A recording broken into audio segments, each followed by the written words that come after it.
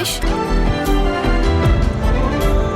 నీ స్టాఫ్కి salaries bonus ఇవ్వడానికి కదా నీ చెక్ క్లియర్ అయిందా లేదా అని అడిగింది?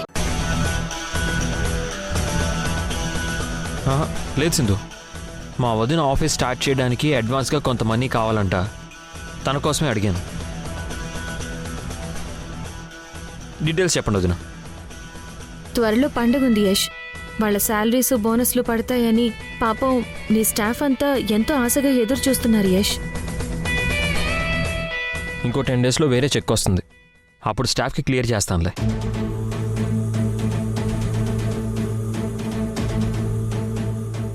అయినా అసలు ఇవన్నీ నీకెందుకు సింధు?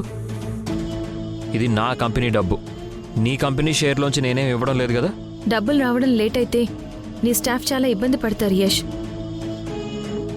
అసలే మిడిల్ క్లాస్ ఫ్యామిలీస్ వాళ్ళు, జీతాల మీదే కదా వాళ్ళు ఆధారపడేది. మీ వదిన ఆఫీసే కదా స్టార్ట్ చేసేది, కంపెనీ కాదు కదా. మన ఆఫీస్లో చాలా క్యాబిన్స్ ఉన్నాయి, ఏదో ఒక క్యాబిన్లో నుంచి తన ఆఫీస్ వర్క్ స్టార్ట్ చేయొచ్చు కదా.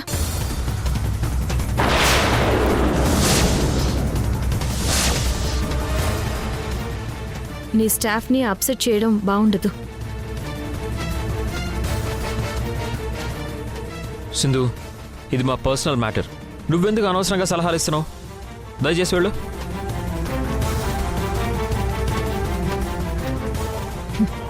తిక్క కుదిరింది, లేదంటే నాకొచ్చే చెక్ని చెడగొట్టాలని చూస్తుందా?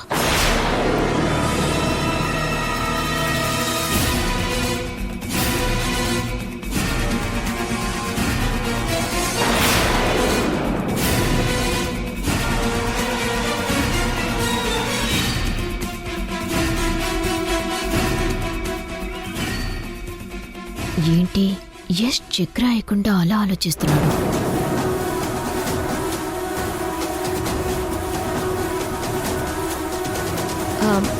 రఘు, చెప్పండి మేడం. మేడం, మా శాలరీస్ బోనస్ గురించి సార్కి చెప్పారా మేడం? చెప్పాను. ఒక 10 డేస్ తర్వాత వేరే ఏదో చెక్ వస్తుందట, అప్పుడు వేస్తామన్నారు మీ సార్. ఇంకా 10 డేస్ ఆగాల? కష్టం మేడం. సరే అయితే మీరే వెళ్ళి మీ సార్ని అడగండి. అలాగే మేడం, పదండి వెళ్దాం.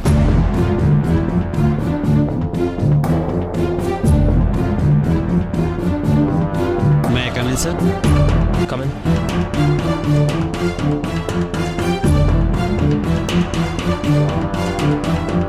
చెప్పండి సార్. 10 డేస్ అంటే బాగా ఇబ్బంది పడతాను సార్. త్వరలో పండగ కూడా ఉంది, ప్లీజ్ సార్ మా ప్రాబ్లంని అర్థం చేసుకోండి.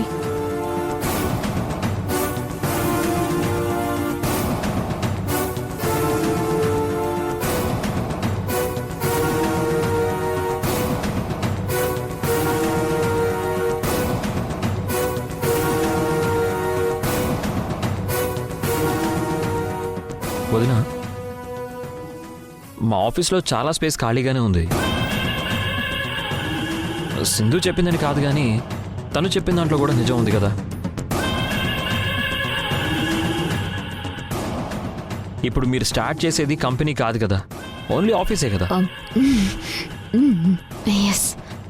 ఆ ఆఫీస్ వర్క్ ఏదో ఇక్కడి నుంచే చూడండి, మీకు నచ్చిన క్యాబిన్ సెలెక్ట్ చేసుకొని అందులో నుంచే ప్రాజెక్ట్ వర్క్ చూడండి.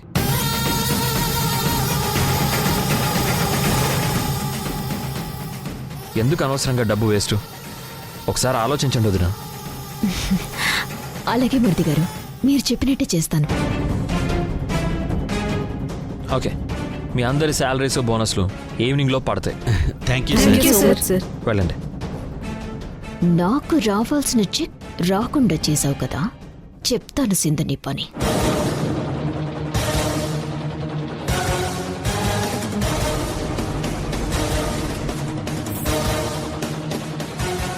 మేడం, మీరు చెప్పబట్టే మేము వెళ్ళి సార్తో మాట్లాడాం, మా ప్రాబ్లం సాల్వ్ అయింది. చాలా థ్యాంక్స్ మేడం. It's okay. ఇప్పుడు మీరు హ్యాపీనే కదా? Happy, madam. సరే, పని చూసుకోండి.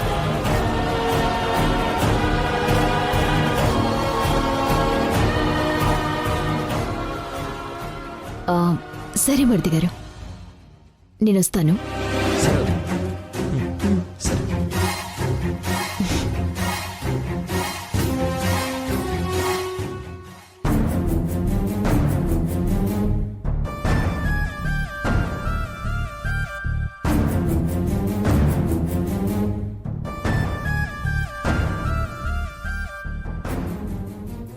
మేడం నో ఇట్స్ ఓకే, కూర్చో. కూర్చోండి మేడం.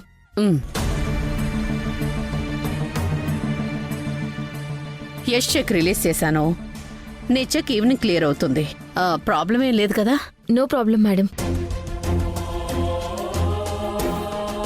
మేడం, నిన్న మా పెళ్లి రోజు సెలబ్రేషన్లో యష్ అన్న మాటలకి తన ప్రవర్తనకి మీరేం ఫీల్ అవ్వలేదు కదా?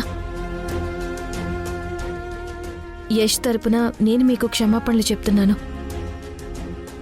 నేను యష్ మళ్ళీ ఒకటవ్వాలని మీరు మనస్ఫూర్తిగా కోరుకుంటున్నారు కాబట్టి మా మ్యారేజ్ డే సెలబ్రేషన్స్ అరేంజ్ చేసి మీరు కేక్ కూడా తెప్పించారు. I know madam.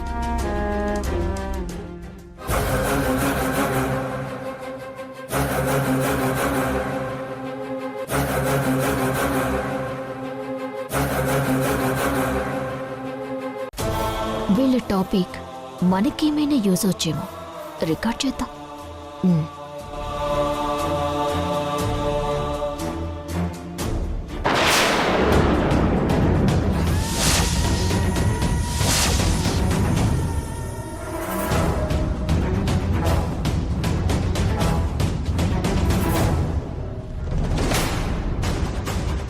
యాక్చువల్గా నేనే నీకు సారీ చెప్పాల్సిందో.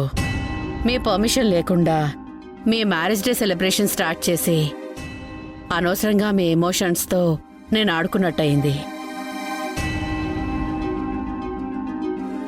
మీ మ్యారేజ్ యానివర్సరీ అంటే యష్ హ్యాపీగానే ఫీల్ అవుతాడు అనుకున్నాను. ఎందుకంటే రామచంద్రాపురం వెళ్ళొచ్చిన దగ్గర నుంచి యష్లో కొంచెం మార్పు కనిపించింది నాకు.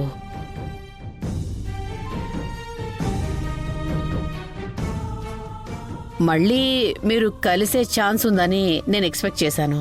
బట్ సడన్గా యష్ అలా బిహేవ్ చేస్తాడని నేను అసలు అనుకోలేదు సింధు. తప్పు నాదే. జరిగిన దాంట్లో మీ తప్పేమీ లేదు మేడం. నాకు తెలుస్తుంది యష్లో మార్పు మొదలైందని.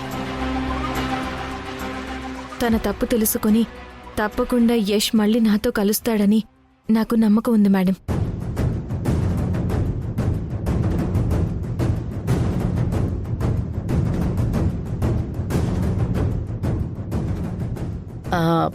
మరి నిన్నెందుకు అలా ప్రవర్తించాడు? సడన్గా వాళ్ళ అమ్మ రావడం వల్లే అలా ప్రవర్తించి ఉంటాడు మేడం.